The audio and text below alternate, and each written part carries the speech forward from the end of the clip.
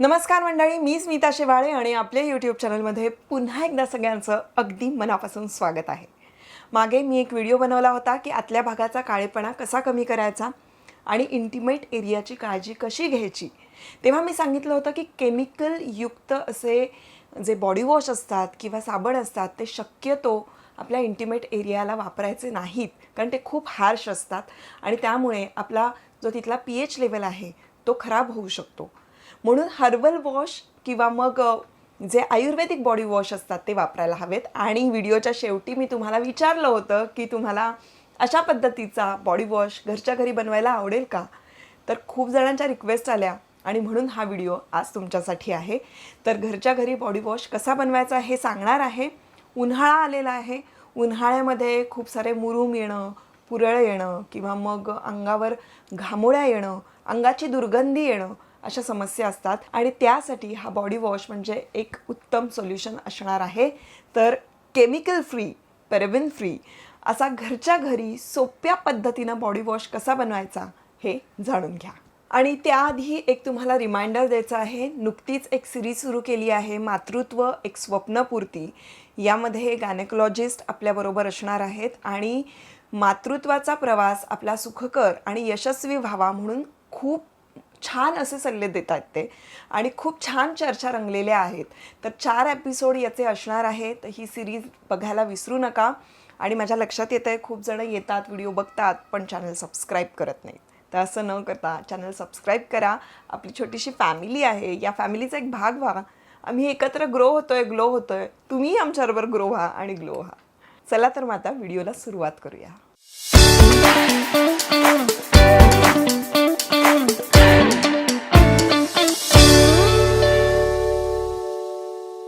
तर हा body wash बनवण्यासाठी सगळ्यात आधी आपल्याला डिकॉक्शन वॉटर रेडी करायचं आहे, ते बनवून घ्यायचं आहे. त्यासाठी आपल्याला लागणार आहे कडुलिंबाच्या झाडाची पानं आणि गुलाबाच्या पाकळ्या. इथे मी 1 वाटी कडुलिंबाचा पाला घेतलेला आहे आणि 1 वाटी गुलाबाच्या पाकळ्या घेतलेल्या आहेत. आता कडुलिंबाच्या पानाचं महत्त्व आयुर्वेदामध्ये इतकं आहे, इतकं उपयुक्त असं हे झाड आहे.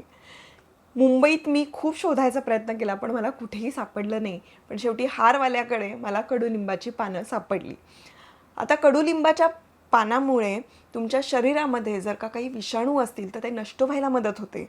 रोगप्रतिकार शक्ती वाढण्यासाठी कडुलिंबाच्या पाल्याचा खूप उपयोग होतो आणि म्हणूनच याचा रस जो आहे, कडुलिंबाच्या पानाचा ज्यूस जो आहे तो शक्यतो प्यायला सांगतात, ज्यामुळे शरीरामध्ये जी काही घाण असेल किंवा बॅक्टेरियाज असतील तर ते निघून जायला मदत होते.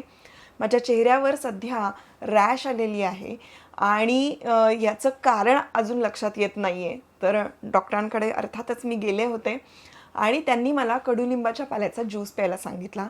गेले 3 ते 4 दिवस मी कडुलिंबाच्या पाल्याचा ज्यूस पिते आहे सकाळी सकाळी.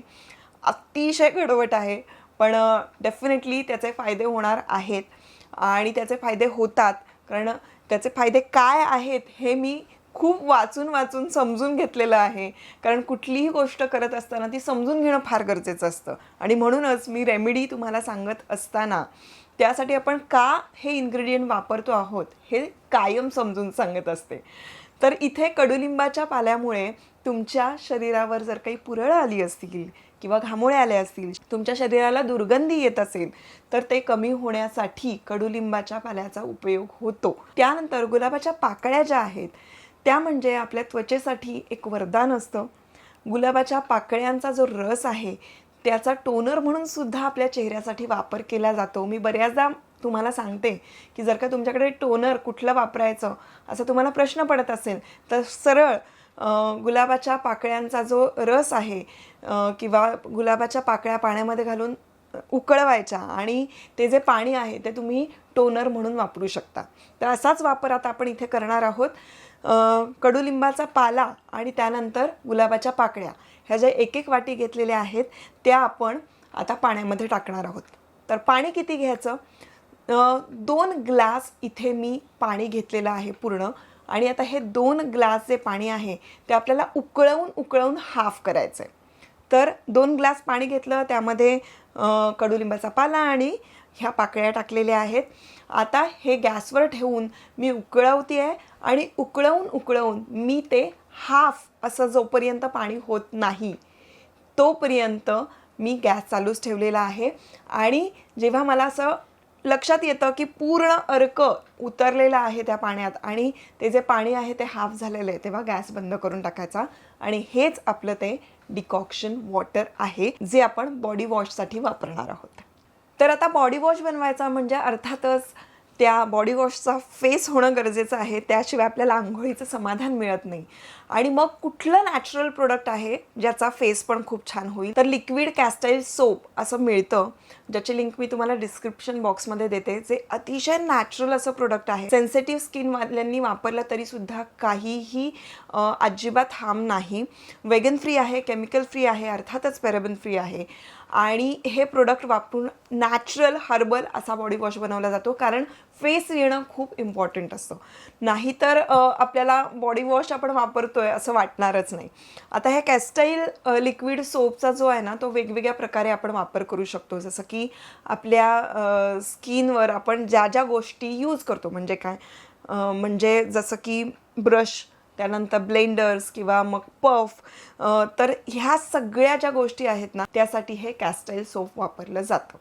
तर हे आपण घेणार आहोत पूर्ण 1 वाटी भरून असं आपल्याला हे घ्यायचं आहे.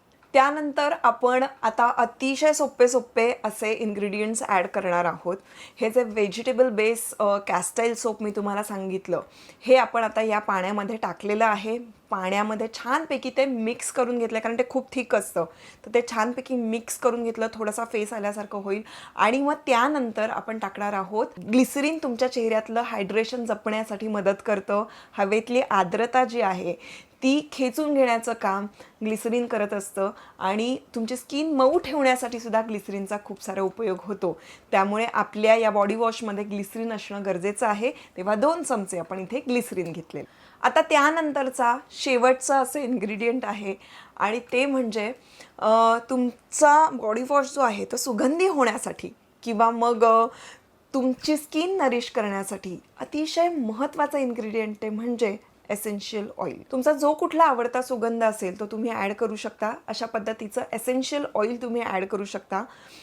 जसं की रोजमेरी एसेन्शियल ऑइल आहे किंवा लव्हेंडर एसेन्शियल ऑइल आहे, टी ट्री ऑइल आहे. जे कुठलं तुम्हाला आवडेल ते तुम्ही याच्यामध्ये 5 ते 6 थेंब ॲड करायचे आहेत. मी इथे रोजमेरी एसेन्शियल ऑइल घेतलेलं आहे आणि त्यानंतर लव्हेंडर एसेन्शियल ऑइल घेतलेलं आहे. या दोन्हीचे सुगंध खूप छान आहेत. आणि तुम्हाला माहिती आहे, या अरोमाचं आयुर्वेदामध्ये खूप महत्त्व सांगितलेलं आहे, कारण या अरोमामुळे तुम्हाला कामनेस येतो, तुमची स्किन नरिश्ड व्हायला मदत होते. त्यानंतर हे जे वेगवेगळ्या प्रकारचे सुगंध असतात त्याचे खूप वेगवेगळे फायदे असे सांगितलेले आहेत. तर त्या प्रत्येक अरोमाचा काय महत्त्व आहे किंवा काय त्याचं म्हणणं आहे यावर एक आणखीन वेगळा व्हिडिओ बनवू शकतो. पण मी तुम्हाला आत्ता सांगेन, जे कुठलं तुम्हाला आवडेल किंवा जे तुमच्याकडे असेल असं तुम्ही एसेन्शियल ऑइल वापरायचं आहे. आणि अर्थातच त्याचे 5 ते 6 थेंबच आपण वापरणार आहोत, कारण त्यापेक्षा जास्त हे वापरायचं नसतं, कारण हे खूप कॉन्सन्ट्रेटेड असतं. तर अशा पद्धतीनं हे सगळं मिश्रण आता आपण मिक्स करून घेतलेलं आहे आणि ते एखाद्या बॉडी वॉश बॉटल जी असेल तुमची जुनी कुठली तरी, त्याच्यामध्ये तुम्ही ॲड करू शकता. मी हे अशा पद्धतीनं ॲड करून घेतलेलं आहे. तर अशा पद्धतीनं हा बॉडी वॉश रेडी झालेला आहे.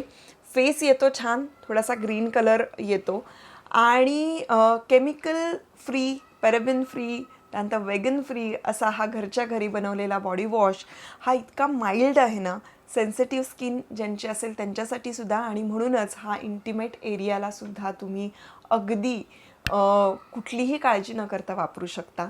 तर अशा पद्धतीचा बॉडी वॉश कसा बनवायचा हे तुम्हाला कळलेलं आहे. तुमच्या फॅमिलीसाठी घरच्या घरी बनवू शकता. या उन्हाळ्यामध्ये तुम्ही वापरून बघा. आवडला तर मला नक्की सांगा.